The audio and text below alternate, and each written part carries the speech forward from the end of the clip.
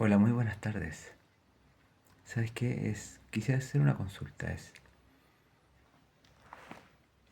¿Tú crees que es la verdad y la mentira o la verdad y la falsedad sobre algo es importante?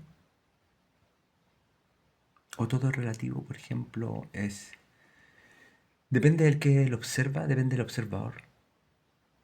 ¿O hay cosas que realmente son objetivas y que podemos hacer juicios objetivos sobre algo, sobre algún fenómeno, sobre alguna conducta, sobre algún hecho? Bueno, si realmente creemos si tenemos esa mentalidad de que todo es subjetivo y que no tenemos que hacer que todo juicio es parcial, realmente podríamos decir que realmente podríamos llegar al concepto de que validamos ciertas conductas, como por ejemplo que,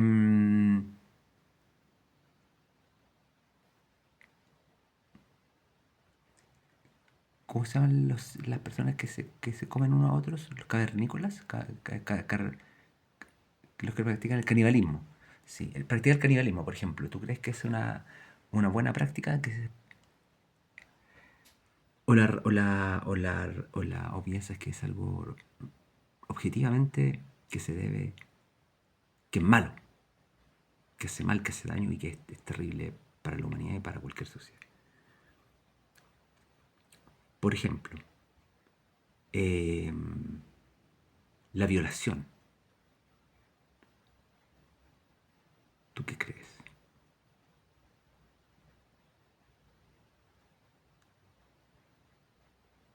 Que es malo, ¿cierto? Que es un acto atroz. ¿Y qué es la violación?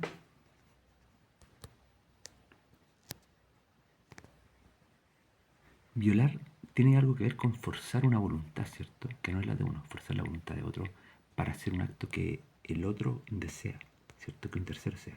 Es forzar la voluntad de otro. Entonces nosotros hemos reducido el concepto de violar al concepto simplemente de penetración carnal. O, o la verdad es que eh, tocar los genitales de alguien o el cuerpo mediante una acción sexual forzada. Lo hemos reducido a eso, ¿no? A que existe una penetración. Pero realmente violar en la esencia, es torcer, es forzar una voluntad. O lograr que una persona llegue a un estado en tal forma en que se entregue voluntariamente, pero es coaccionar su voluntad o debilitándola para luego lograr que se rinda, y rendido es violar. Entonces, por ejemplo, tendríamos que hablar del concepto de voluntad forzada. Entonces por ejemplo, algunos dicen que hay ventas forzadas de bienes.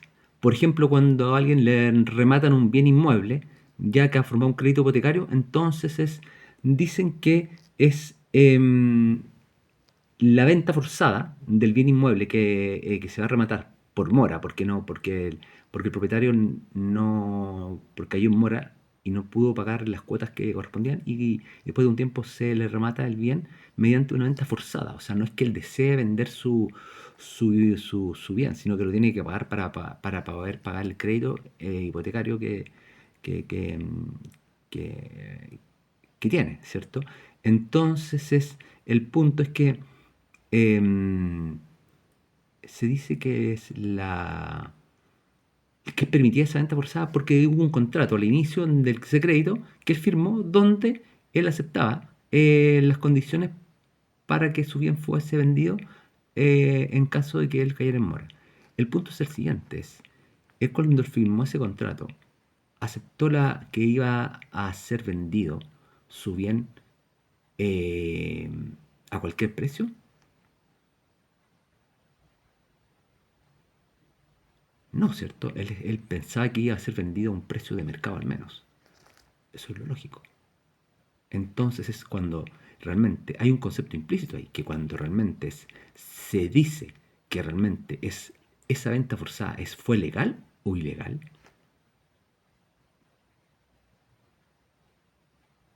Porque realmente si tú y yo firmo un contrato al inicio, pensando de que, asumiendo que ese bien que iba a ser rematado en condiciones, si yo no pudiera cumplir ese crédito, en condiciones de mercado, de tal forma en que obteniendo un precio justo y no un precio injusto, porque en los remates no hay un mercado, es decir, condiciones, un grupo de oferentes y demandantes reales, no para los blancos, que realmente hagan ofertas truchas para que realmente todo el remate esté arreglado y se lo asignen a un menor precio, un precio bajo mercado y muy bajo mercado, castigando el activo sí, y por lo tanto que a veces, muchas veces el deudor que se ve obligado a vender su bien forzadamente, realmente ni siquiera alcance a pagar el crédito hipotecario y quede debiendo. Entonces existen carteles en estos remates en donde paros blancos hacen ofertas mulas, chantas, simulando que están y después simplemente se trabajan, hacen operaciones que simplemente se lo asignan a bajo precio. O realmente se suspenden los remates y, y realmente hasta que logran que simplemente los asistentes sean los que llegaron y cansan a los verdaderos que realmente estaban en condiciones de rematar y pelear para hacer que el precio y ofrecer precios para hacer y competir por ganarse el remate. Y esa competencia hace que el precio se eleve y se llegue al menos a un precio cercano al precio de mercado, un precio justo. Entonces es cuestionable si esa es una venta legal, porque realmente fue en condiciones forzadas, pero no de acuerdos a las que implícitamente eran estimadas en el contrato inicial, donde el dueño del bien inmueble que tomó el crédito hipotecario asumía que sí iba a haber un mercado competitivo a la hora del remate. Entonces es un tema, por ejemplo, de cómo eh, pueden violarte en una acción comercial injusta, ¿cierto? Y que el juez que está encargado de hacer los remates judiciales solamente hace la acción y no se preocupa de que exista un mercado competitivo, es decir, una cantidad oferente y demandantes reales, no para los blancos, o suspensión de remates, o que remates se realicen después del horario y existan em, actas de remates que no permitan acceder a ellas y las tengan a puertas cerradas y los empleados mafiosos del Poder Judicial, porque a mí me tocó, te impiden acceder a estas actas de remates. Sí, así me pasó en los tribunales civiles.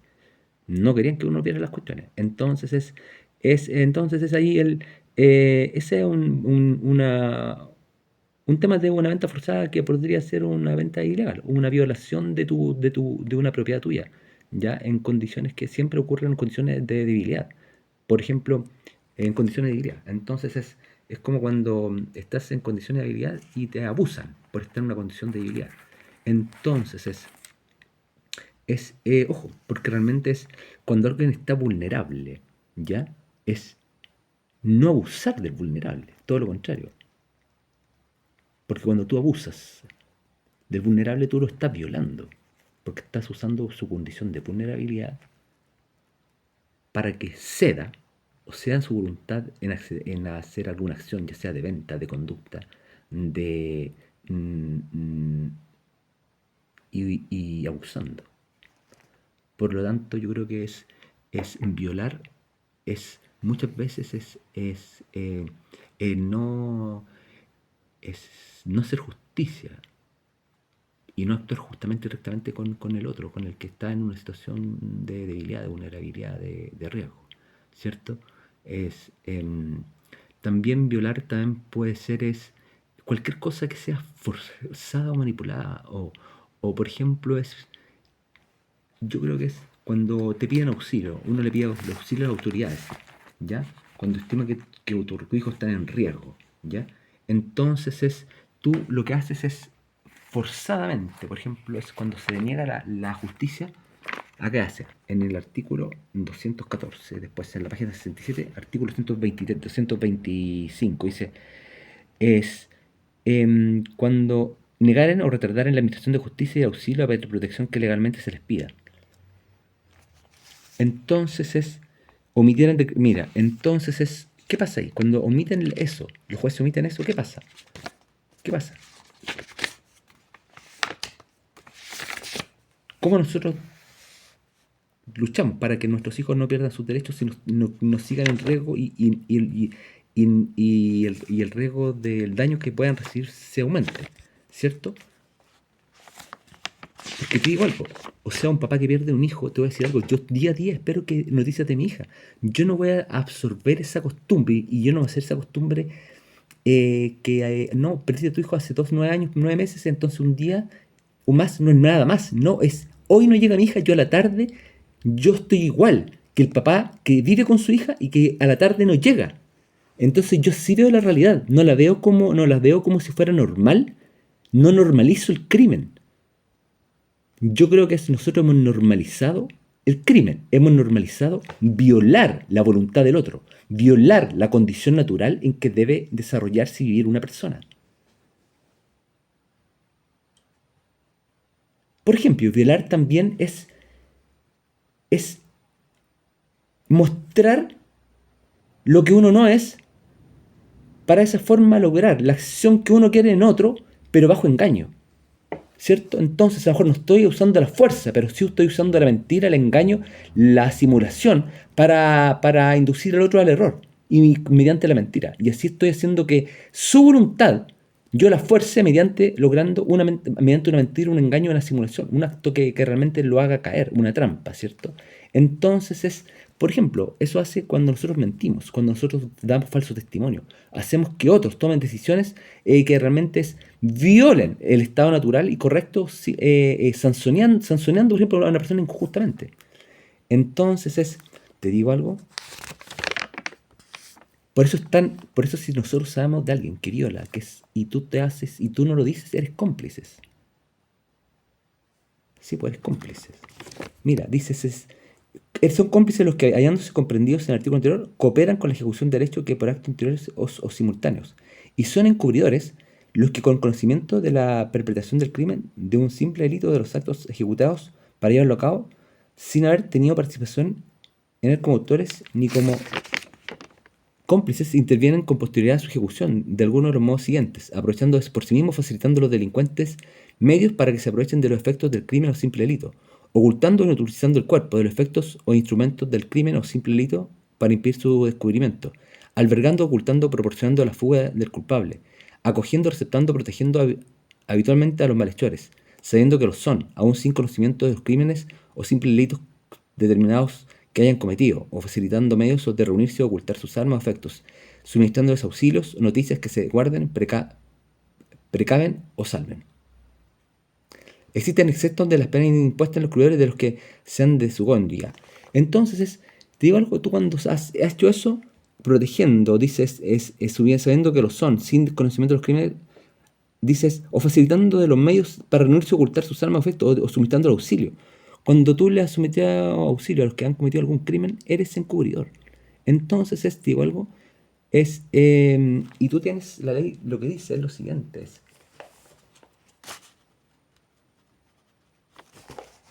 primero, por ejemplo, la ley 830, que es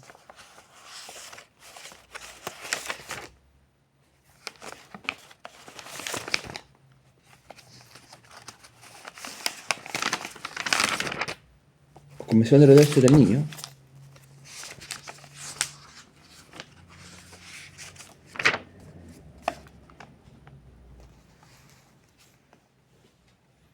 el artículo 29 dice lo siguiente: desarrollar la personalidad, las aptitudes y la capacidad mental y física del niño hasta el máximo de sus posibilidades. Entonces yo digo, tú iglesia, tu poder judicial, ¿tú crees que un niño va a desarrollar capacidades mentales correctamente si tú lo despojas de todo lo que el papá le enseñaba? Yo a mi hija le enseñaba un montón de cosas, pero pero me gustaba una forma de enseñar en forma creativa, ¿cierto? Así como que en el camino ir aprendiendo, así como en forma natural, para no estresarse, porque no me gusta o sea, realmente es caminando, yendo al bosque, yendo a plazas, y participando en algún curso de música, de arte, y descubriendo lo que a él le gustaba, lo que uno también iba aprendiendo. Entonces por ejemplo, te digo algo, ¿A ti te preocupa ese tema, a ti, Poder Judicial? Yo, por ejemplo, te leo algo. Te quisiera leer algo, porque yo me pregunto, el Poder Judicial dice, voy a leer a Patricio Meller, ya, no sé si lo ubicas, es un profesor de Industrias de la Universidad de Chile, quien sí se preocupó una vez en un examen de que una secretaria, bien formal y bien apegada bien cuadrada y apegada a las leyes, yo tenía a mi hija, le llevaba un examen de Economía Internacional en el MBA, en Industrias, y me había preparado, entonces llevaba a mi hija siempre a clase, pero esa secretaria me llamó la atención, entonces no me dejó entrar, me llamó la atención, me dijo, no, no, no es nuestra costumbre acá, mantenemos un orden. Pero ese profesor, yo había salido a dar el examen afuera de la clase. Y ese profesor se separó de su puesto, estando toda la clase llena, y me fue a buscar a mí a la sala de clase afuera. Yo estaba con mi hija. Y me dijo, Andrés, entra. De hecho, me sorprendió que supiera mi nombre. Me dijo, no, es que yo estoy con mi hija, le dije, voy a meter ruido. Me dijo, entra, no te preocupes, entra, ponte acá. Yo me senté al final en una esquina, no, pero ponte ahí. ¿Y sabéis que te digo algo? Me dio una gran lección de humildad. Y de que una profesora entendía que el orden no era mantener ese orden eh, como de una formalidad falsamente entendida, sino que era poder cohabitar y entender que también que ese gesto en, no era yo no lo notaba como un tremendo gesto de bondad porque me permitiría concentrarme mejor y no sentirme que estaba y no me sentí incómodo al que mi hija pudiera meter algún ruido en la sala de clases, sino que incluso me relajé y pude responder bien. Entonces también sentí que él nos agregó a una cultura, a que realmente facilitaba y nos hacía normal, que realmente los padres pudiéramos estar al lado de nuestros hijos en los trabajos, ¿ciertos? O en los estudios. Que realmente si no, no hubiese sido posible. Él me enseñaba que realmente que con eso también yo llevaba a mi hija a la universidad para que ella se viera y se llenara de ese ambiente universitario que también la enriquecía, ¿cierto? Entonces me enseñó muchas cosas ese gesto. Lo encontré que realmente es dice entonces, yo te pregunto, por ejemplo, dice la metodología, Patricio Meller, entonces te lo nombro, porque él acá dice, hay un reportaje que dice, Patricio Meller dice, Patricio Meller, la metodología de las enseñanzas está fallando en todas las escuelas de Chile. Dice, en el marco de la Feria de la Innovación, creo que en Chile, el presidente de la Fundación Chile destacó la importancia, esto en junio del 2016, la importancia de repensar la educación, potenciando el desarrollo de habilidades del siglo XXI en los estudiantes del país. El futuro que viene es de los empleos que todavía no existen, con tecnologías que aún no han sido inventadas para problemas que aún no sabemos que son problemas. Por eso hoy tenemos que ver con más cómo nos preparamos para ese futuro, afirmó Patricio Meller, presidente de la Fundación Chile en el marco de la Feria de Innovación, creo en Chile. Mira, primero, mira, creo que este profesor está hablando de algo muy importante. Está hablando de lo que dice nuestra ley también. Dice nuestra ley dice que que acá la ley 20, creo que es la 20, es la ley,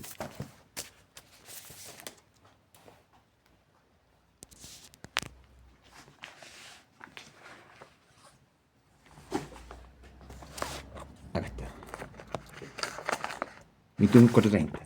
Mira, la 21.430 habla de lo que es el interés superior del niño, que en los tribunales de familia la verdad es que se repite, copian y pegan los abogados, estos abogados que son mercenarios, ¿ya? Dice en el artículo 7, que es para mí unas muy buenas definiciones que tienen, porque se repite y se repite este concepto. ¿Qué es el interés superior del niño? Darle al niño chubi, chocolate y cajita feliz, como mi hija a los 5 años le hacía escándalo a su mamá, y realmente la señora que la cuidaba me decía, papá, ¿sabe qué? Mejor hace cargo de usted. Hasta la Ruth decía eso, porque la niña le hace escándalo a mi mamá, insultaba a la mamá.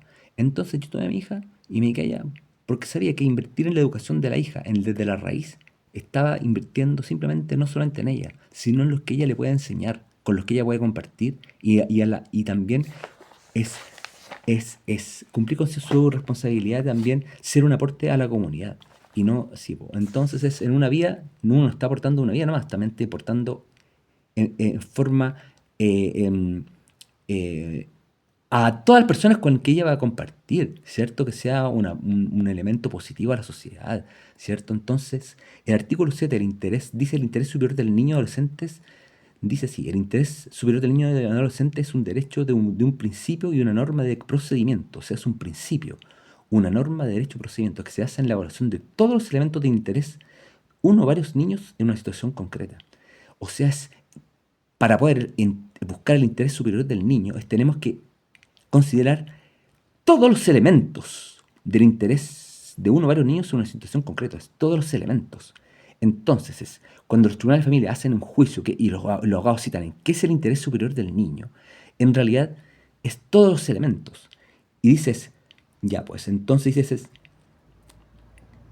dices, y hay que buscar la máxima satisfacción de los principios de derecho y garantía reconocidos en virtud del artículo 1. ¿Y el artículo 1 qué dice? Dice lo siguiente, es el ejercicio efectivo y el goce pleno de derechos de los niños, niñas y adolescentes, en especial de los derechos humanos que les son reconocidos en la Constitución Política de la República, en la Convención sobre los Derechos del Niño y de los demás tratados internacionales vigentes. ¿Cierto? Entonces es obligación del Estado respetar, promover y proteger de los derechos de los niños y niñas y adolescentes. Entonces nosotros normalmente tomamos estas palabras, es respetar, promover, sí, los derechos de los niños y los niños, respetar, promover, proteger. Entonces yo me pregunto, si yo al enviar toda esta cadena de correos, ya, también trato de hacer eso, de promover el conocimiento de realmente de lo que tenemos que hacer y que son los derechos de los niños. Porque no es que los niños sean más importantes o menos. Cuando a mí me han dicho, no, si lo que lo que importa es la vía. No, lo que importa no es la vía, tu hija. Aquí lo que importa también soy yo, es mi mamá. Es el testimonio que uno da como ciudadano frente a la sociedad de cómo cría a sus hijos. Porque realmente en un tiempo los papás eran papás casi como dioses, que no podían simplemente, lo que hacían, lo que ordenaban los niños hacían. Y así trataron de pintarme a mí como un papá dictador, señor de la creencia, que es todo lo contrario. Si tú a un papá le quitáis una cría, obviamente que va a estar furioso cada vez que hables con él. Obvio. Y si tú querís torturarlo y durante 3 años comprobar que está loco, no lo he logrado. Sí, está muy triste. Y por dentro está destruido. Y mi mamá también. Y mi hija también, porque mi hija en su mente. ¿Cómo va a tolerar en su mente que le saquen como si fuera un animal, que le sacaron una cría? La estás jibarizando, menoscabando, llevando a un estado que ya no es humano, sino animal. A los animales no les afecta esa desvinculación afectiva, pero a los niños seguramente 10 años las destruye. Los destruye. Entonces, ¿cómo no es urgente? ¿Cómo no le das urgencia, hombre? Juez, mira lo que dice acá.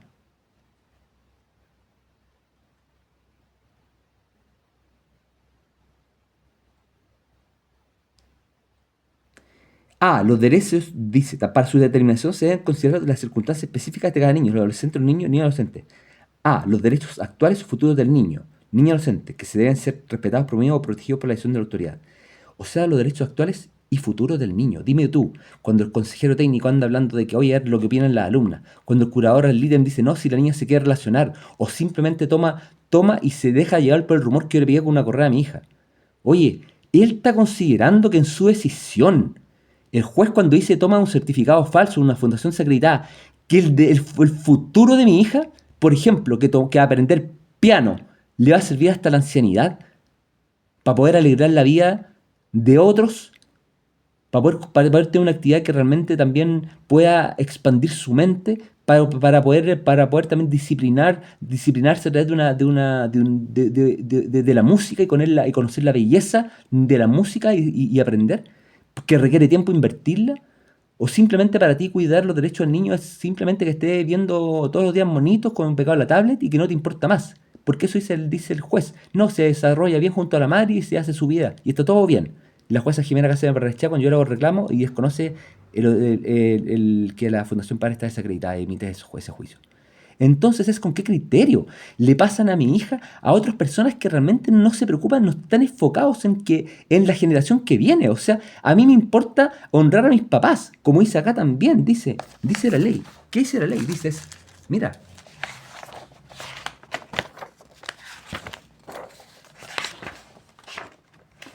dice la ley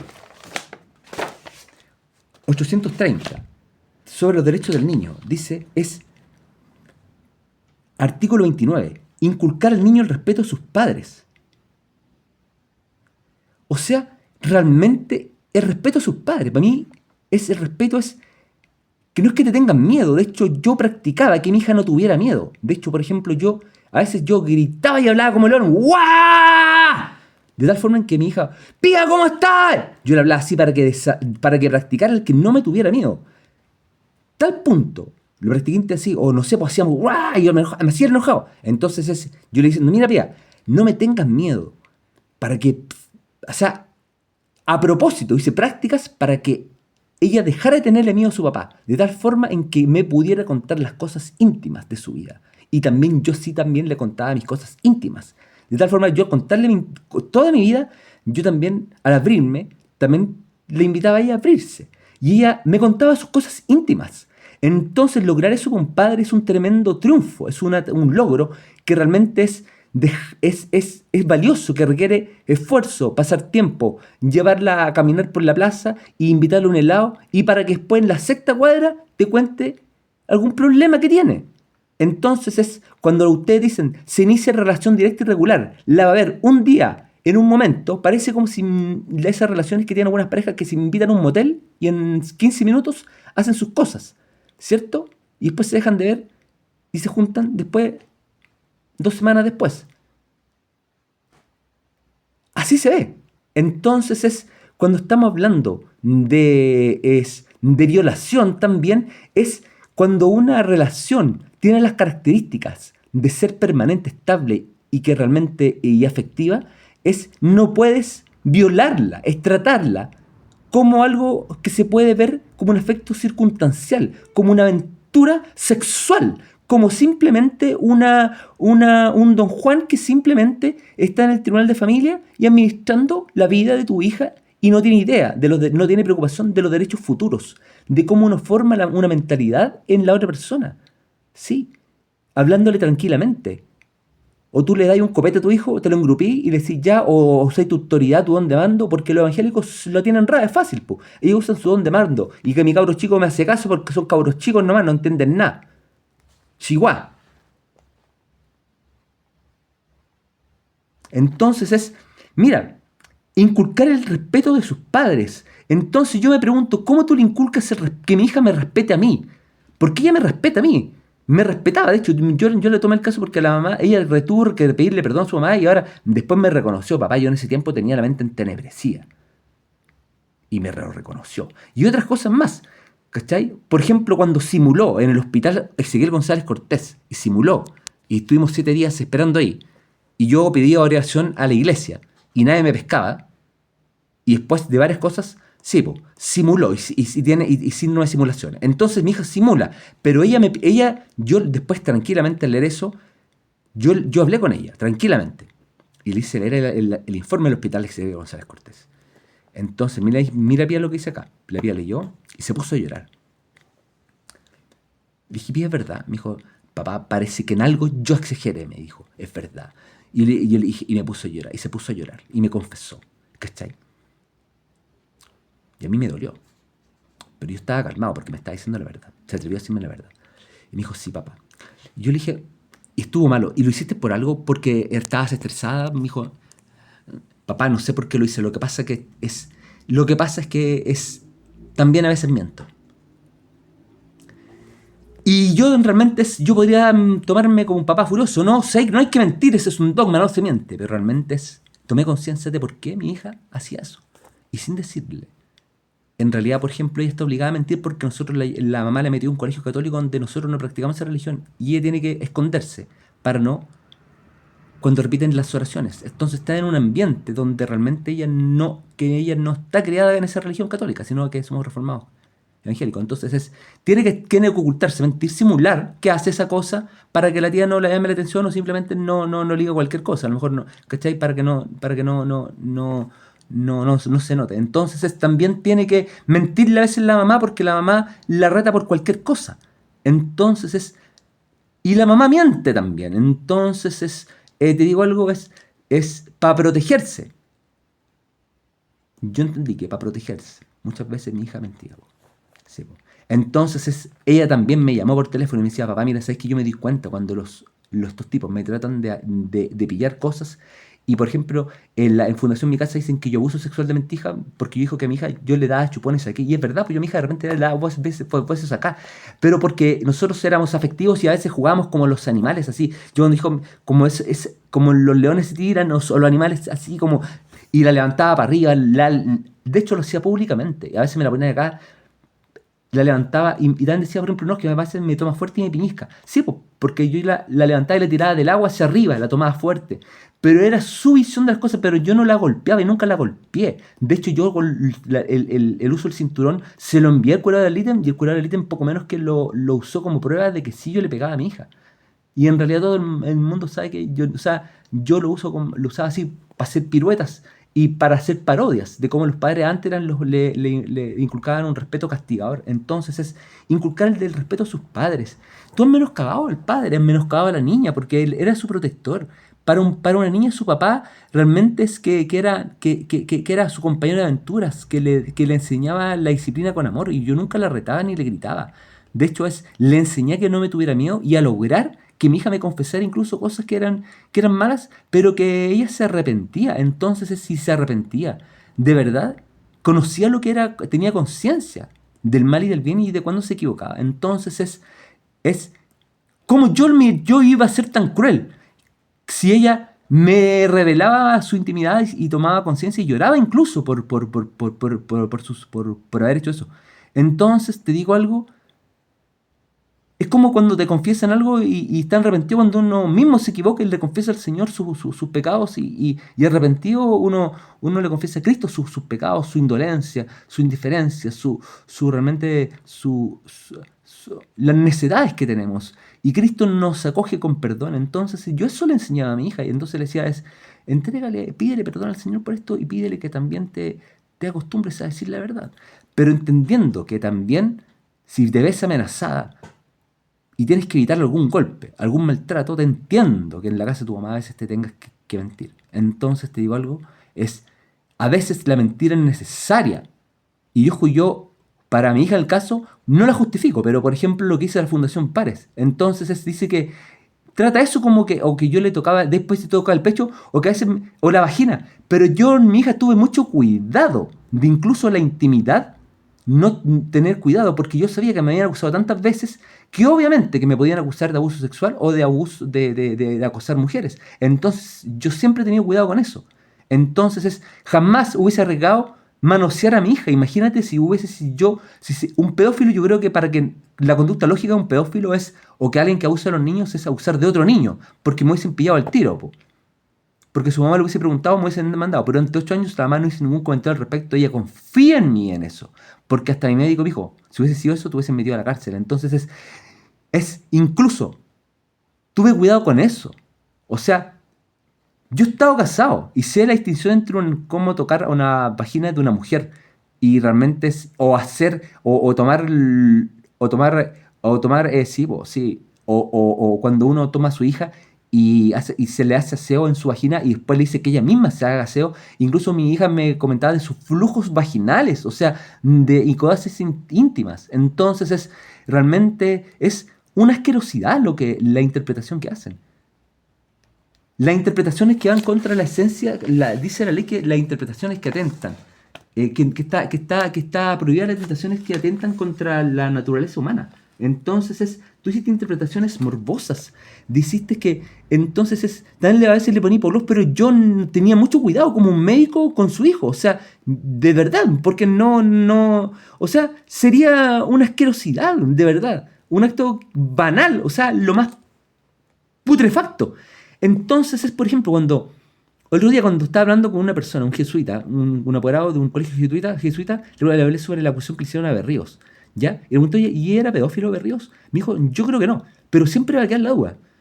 Claro, entonces yo hago pública esta cuestión porque yo no quiero que quede la duda. Porque al quedar la duda, tú lo que haces es menoscabas a la niña. Porque ¿qué niña va a sentir respeto hacia un padre no va a sentir vergüenza que su padre lo estén acusando falsamente de esto? Cuando yo realmente lo hacía con cuidado y elegancia y encima tú tienes el descaro de hacer esto. Y después la abuela se hace uso de esto. Entonces yo aquí vivía con mi mamá también, entonces yo me preocupaba incluso de hacer cosas públicas.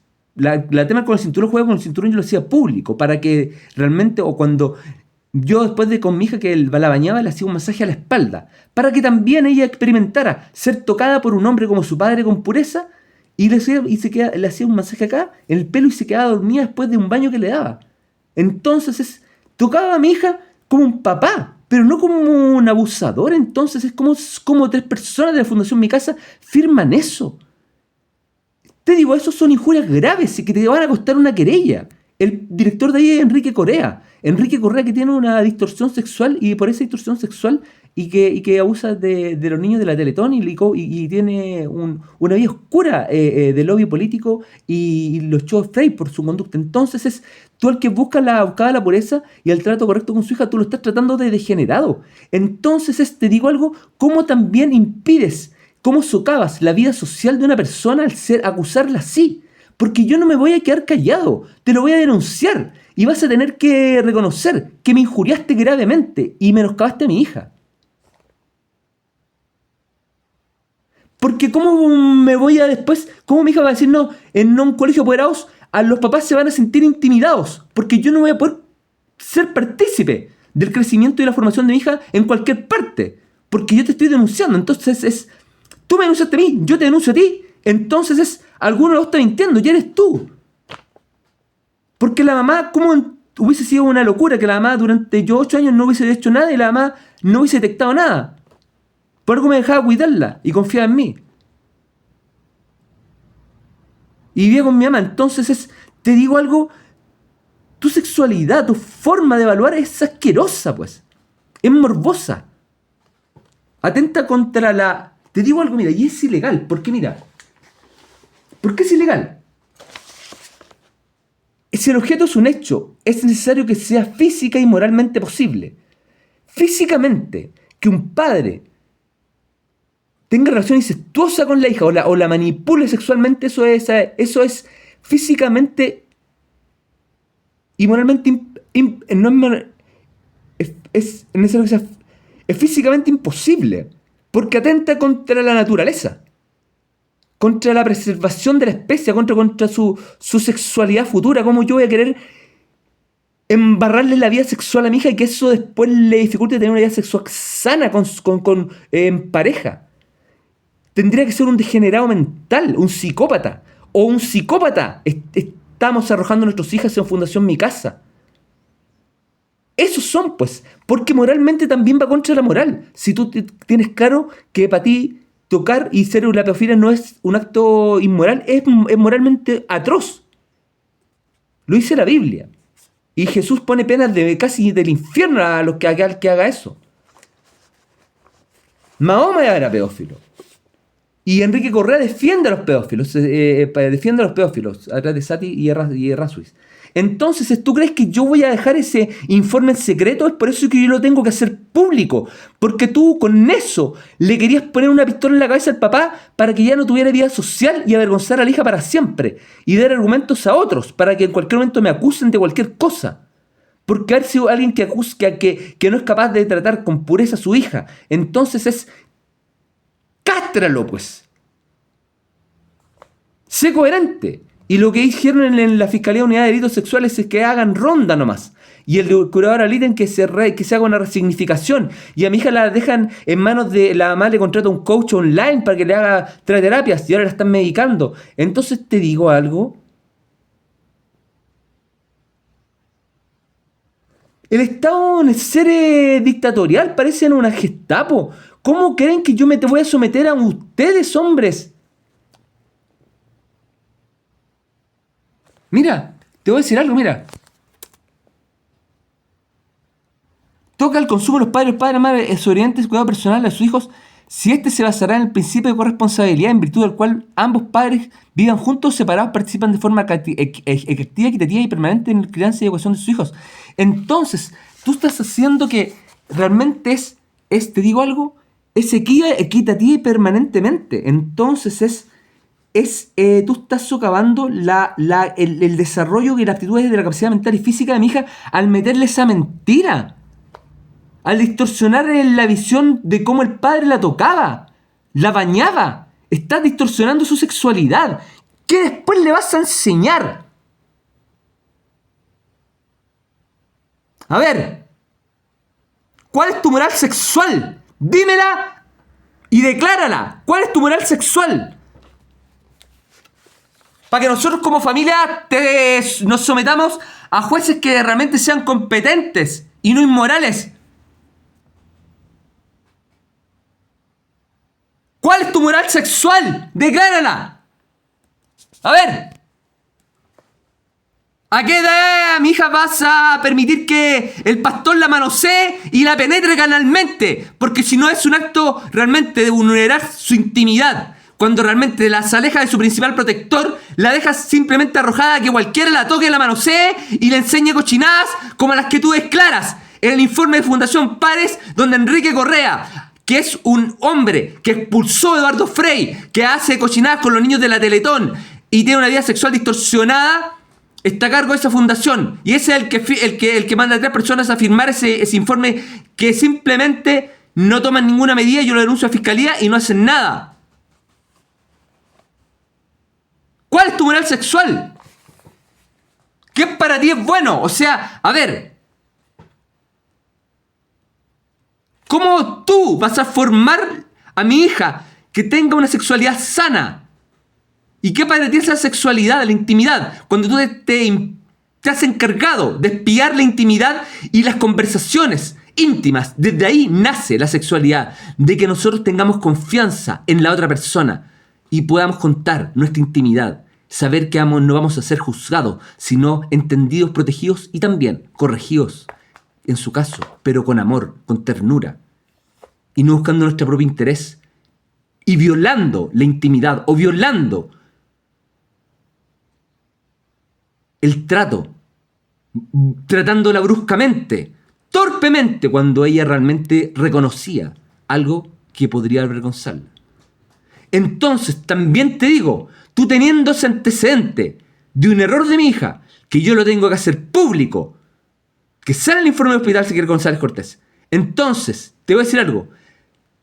Yo defiendo a mi hija, porque obligadamente ha sido obligada y violada por la mamá a meterse en un colegio que va atenta contra las creencias que ella ha sido criada, que incluso practica la mamá y que practica yo, pero la mamá la mete en un colegio católico que va contra y opuesta a nuestra fe, porque nuestra fe dice que es por fe somos salvos, no por obras, es decir, por creer en Cristo, que Cristo es nuestra justicia, que no porque, y por lo tanto no tenemos en qué jactarnos, y que Cristo vino a buscar, se identificó con los pecadores, con los que reconocían la necesidad de ser sanados.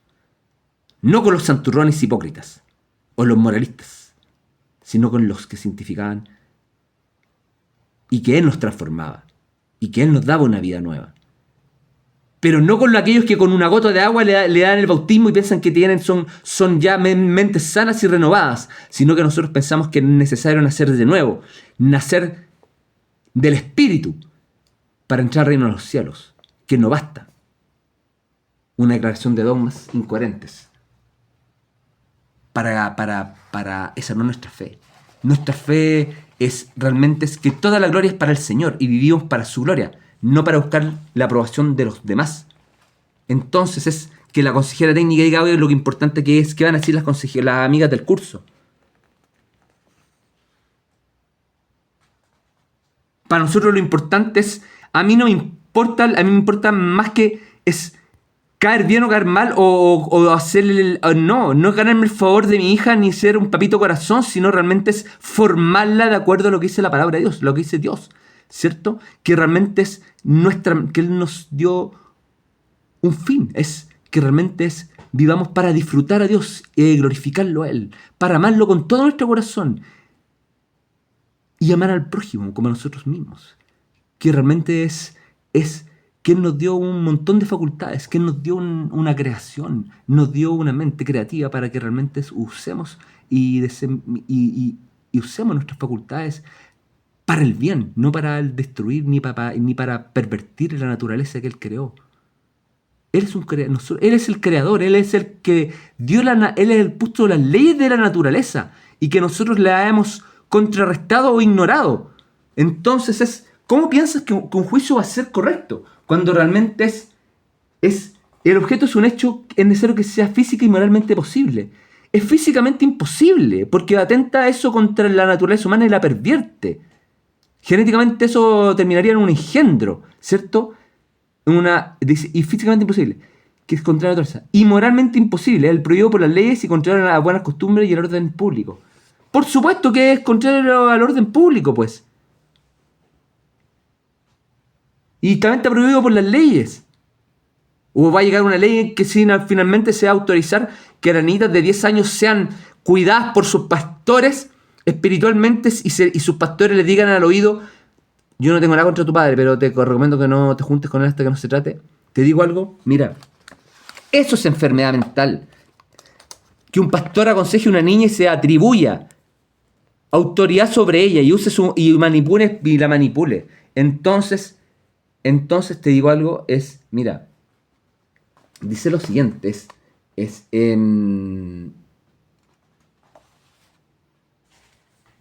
entonces, tú tienes una obligación. Dice, las obligaciones nacen del concurso real de las voluntades de dos o más personas, ¿cierto?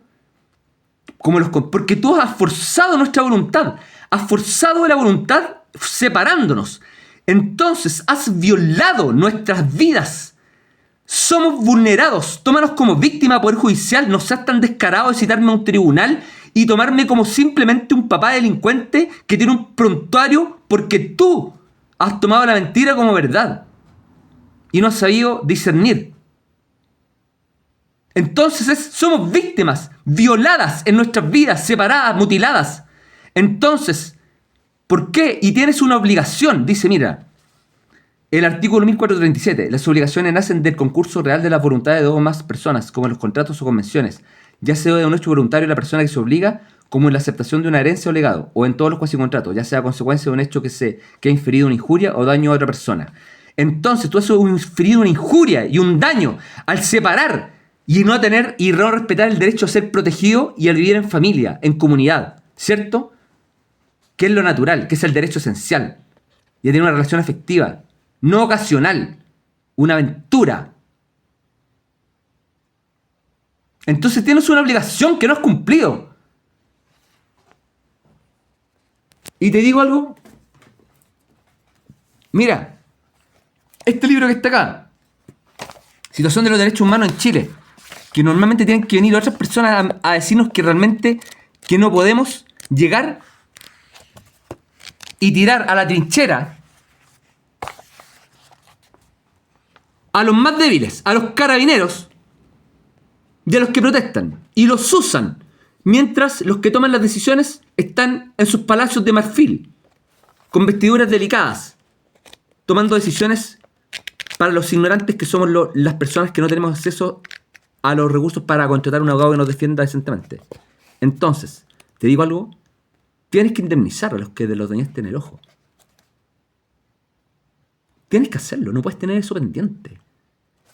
Y tienes que regular la manifestación cuando alguien te protesta, porque no puede ser que uno cuando proteste tome riesgos. ¿Por qué? ¿Y por qué toma riesgos? Porque obligadamente no hay otra forma de hacerlo, sino casi exponiendo su vida. Entonces he tenido que exponer mi vida para pelear por el derecho de mi hija. Y tú me has castigado y me has tratado como un delincuente, como un loco.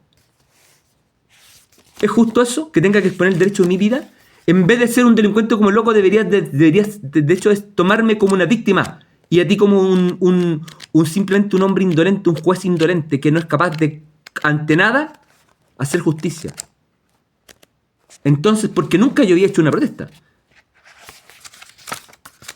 A lo más reclamaba a los profesores cuando, no sé, reclamaba porque me ponía una nota y le reclamaba. Porque algo hacía mal corregido. Y muchas veces esperaba tiempo y tiempo. O sea, yo esperé tiempo y tiempo. Y ¿sabes lo que él me dijo? O sea, y para ti no hay tiempo que respetes. Das juicios de 3 meses y lo resuelves a 3 años. Entonces ¿tú qué piensas? ¿Que los padres no tenemos que planificar la educación de nuestros hijos? ¿Que nos tenemos que someter a tus tiempos?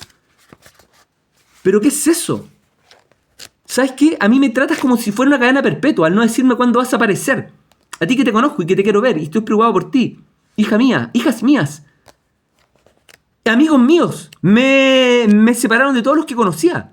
Y me dieron un dictamen de que todos me van a tener miedo en cualquier colegio que vaya mi hija o en cualquier empresa donde yo me relacione. Porque voy a tener un prontuario que va a quedar para duda, pues. Que el papá es vulnerador de su hija. A tal punto, abusador sexual. Te digo algo, ¿sabes qué? ¿Por qué no le a los abusadores sexuales? ¿Por qué no los castráis mejor? Entonces, si tú crees eso, ¿por qué no los mandaste a la cárcel? Ese es el relato que tiene la... Imagínate, la abuela Rosa ahora lo usa para tomarse de eso, para acusarme para la audiencia el 11 de agosto, donde faltan pocos días, entonces yo tengo pocas horas para que tú hagáis justicia, juez. Y ves que sea urgentes. Tienes una deuda conmigo, aclarar esos derechos y reconocer esto. Mira, el derecho a las víctimas. Te voy a decir algo, mira. Situación de los derechos humanos en Chile. De acuerdo a los principios y directrices básicos del derecho a las víctimas de las Naciones Unidas, se entiende por víctima a quien haya sufrido daños, individuales o colectivamente, incluidas lesiones físicas o mentales. Yo los he sufrido daños. Me han detenido me han pegado los carabineros, porque una vez puse un corazón, derramando mi corazón frente al patio de la Constitución, en una piedra que había ahí. Nada más. Y me azotó mi cabeza contra la denuncia y estaba denunciado en fiscalía. Yo le dije al fiscal, oiga, basta con que el carabinero pida perdón. Este carabinero lo que quería es que lo indemnizaran, así me dijo. Así que yo lo acusé y lo hice. Entonces me hiciste hacer un daño. Me tomó 3 meses rehabilitarme. Tuve que ir al campus San Joaquín, ahí todos los días.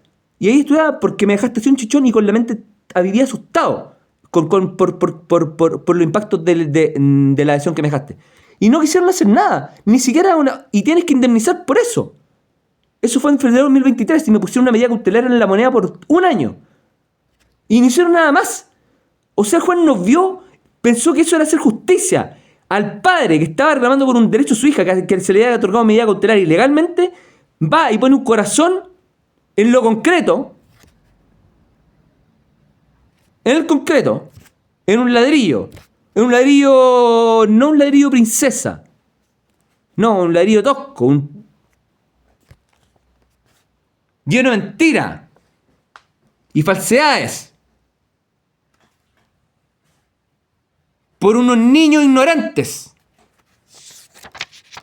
que son autoridades o que fueron. Entonces, tómame como víctima. No seas tan descarado. ¿Cómo citas a un papá y el consejero técnico le hace caso a la abuela y quiere tomar el consejo de dejarlo fuera de la audiencia? Oye, ¿cómo yo voy a presentar a la audiencia como un criminal? Cuando tú hiciste un criminal, no has violado la voluntad. Y dice el artículo 1432, cuando alguien ha ingerido una injuria o un grave daño, tiene una obligación. Y es tomarnos como víctima. Dice, de acuerdo al principio de derechos como víctima de las Naciones Unidas, se entiende como víctima a quien haya sufrido daños individualmente colectivo, incluidas lesiones físicas, mentales, sufrimiento emocional, pérdidas económicas o menoscabo sustancial de sus derechos fundamentales como consecuencia de acciones u omisiones que constituyen una violación manifiesta de las normas internacionales de derechos humanos y una violación grave de los derechos internacionales y humanitarios. También comprende a sus familiares, cuidadores y personas que sufren por daños auxiliares. Una persona es considerada víctima con independencia si el autor de la violación ha sido identificado. Entonces, independientemente que todavía esté escondiendo a la jueza Jimena Cáceres Barrenechea, a la abogada Carolina Barreto Sepúlveda, al Raúl Geldres, al pastor Rodrigo Silva o a la Jimena Cáceres Barrenechea, una persona es considerada víctima con independencia si el autor de la violación ha sido identificado, aprendido, juzgado o condenado, pues condición de víctima trasciende la presentación de acciones judiciales. ¿Me entiendes o no? Entonces yo no me estoy victimizando como un pobrecito, sino que te estoy hablando con, de verdad somos víctimas. Mi hija, yo y mi madre, al menos.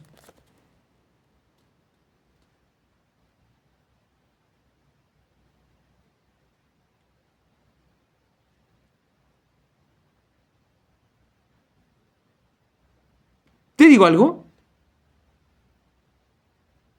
También creo que son víctimas los niños del Cerami que no tienen papá y que nosotros no hemos tomado conciencia de que necesitan afecto, cariño y alguien que les diga, que los aliente. Sí, qué bueno, me alegro por tu nota. Vamos, oye, vamos un día al cerro, vamos a pasear un día al cerro, vamos un día a pasear al Parque O'Higgins, a la Quinta Normal, que ahora la están remodificando y haciendo un gran parque para toda la ciudad, donde se van a juntar los de arriba y los de abajo y van a ver, va a ser un parque renovado, que va a renovar la ciudad y que realmente va a haber capacidad de entretención, cultura, diversión para toda la población, en donde realmente es, oye, donde donde lo saque de la rutina, donde realmente le hable el corazón, donde se detenga a escuchar sus sueños, donde realmente lo invite a un viaje a pasear, a realmente y que le diga, oye, que lo aliente, que realmente lo abrace, que realmente lo corrija, lo discipline y lo discipline con amor. Entonces también creo que son víctimas, porque no son culpables de no tener papá y que alguien lo haya abandonado y que no dé todo su vida y que esté dispuesto a arriesgar su vida por decir ese es mi hijo, y aunque lo hayan vulnerado, lo esté en riesgo de ser arrojado a un lugar donde simplemente lo puedan seguir manoseando y menoscabando y jibarizando y dejando como esclava a una mujer, ¿cachai? Que hay vulnerado, que es violado, porque la has violado.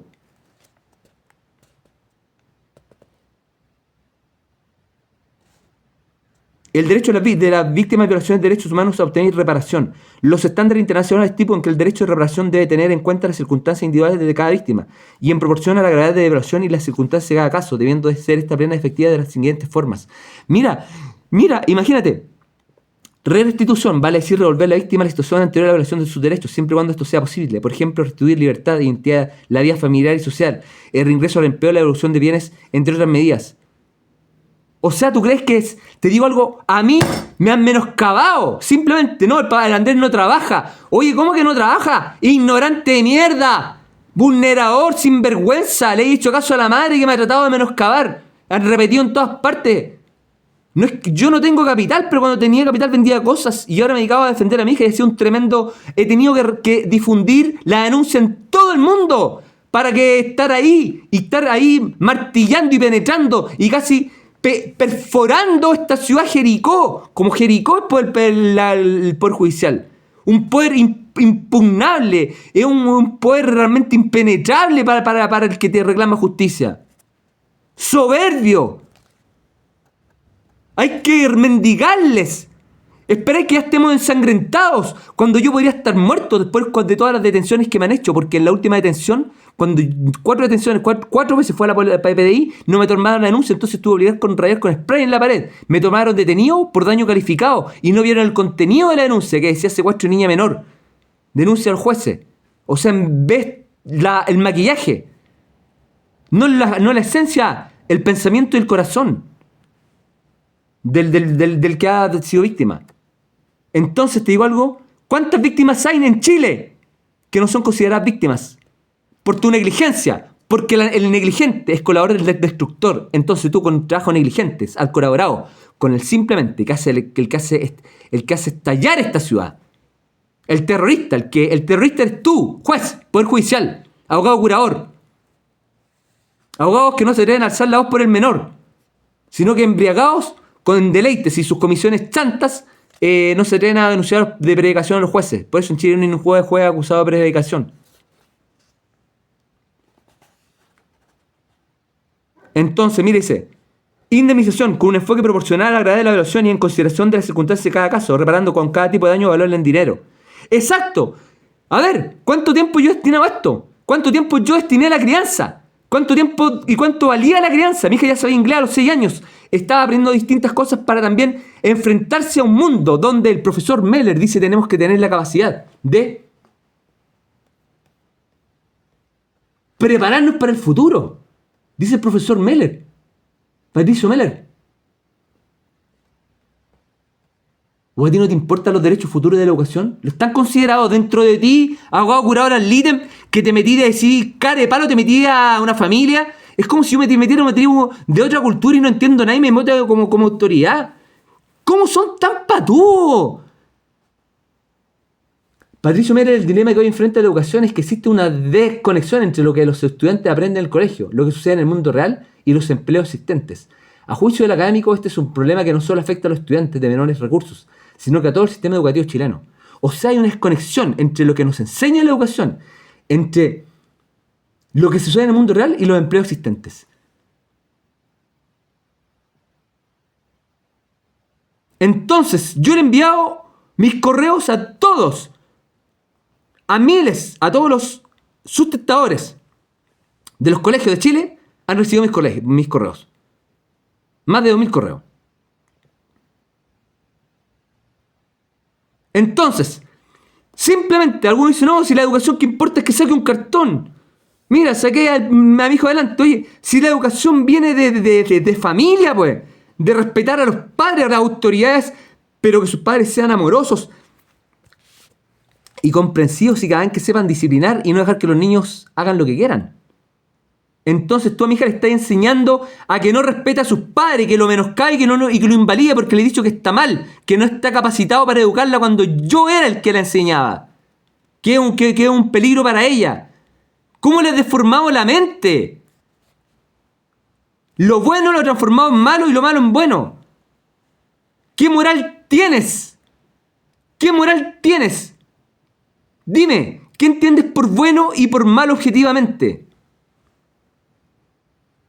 ¿Cómo mides habilidades parentales si no tienes un parámetro que diga esto es lo que hay que enseñar y cómo se enseña o un curso? Porque yo fui antes de ser examinado a solicitar un curso a la OPD, humildemente, sabiendo que no les creo, pero humildemente igual creo que de lo que no le creo, igual puedo aprender o apenas puedo conocer a otros padres y en el conocer uno aprende de otros siempre.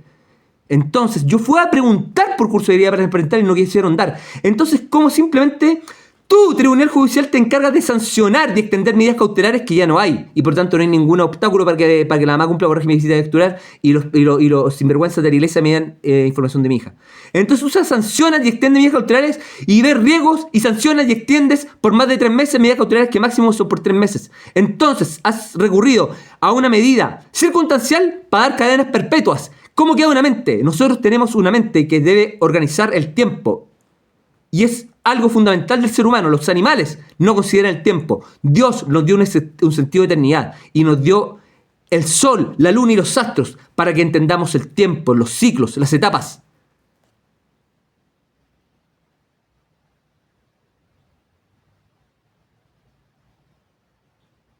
O tú solamente te dedicas a tirar el tarot, a sacar tu carta astral en tus reuniones de masonería, ahí en Marcoleta 666, que te dejé un aviso. Ahí, de Enrique Correa en el piso, por si acaso, para que lo leas cuando vayas.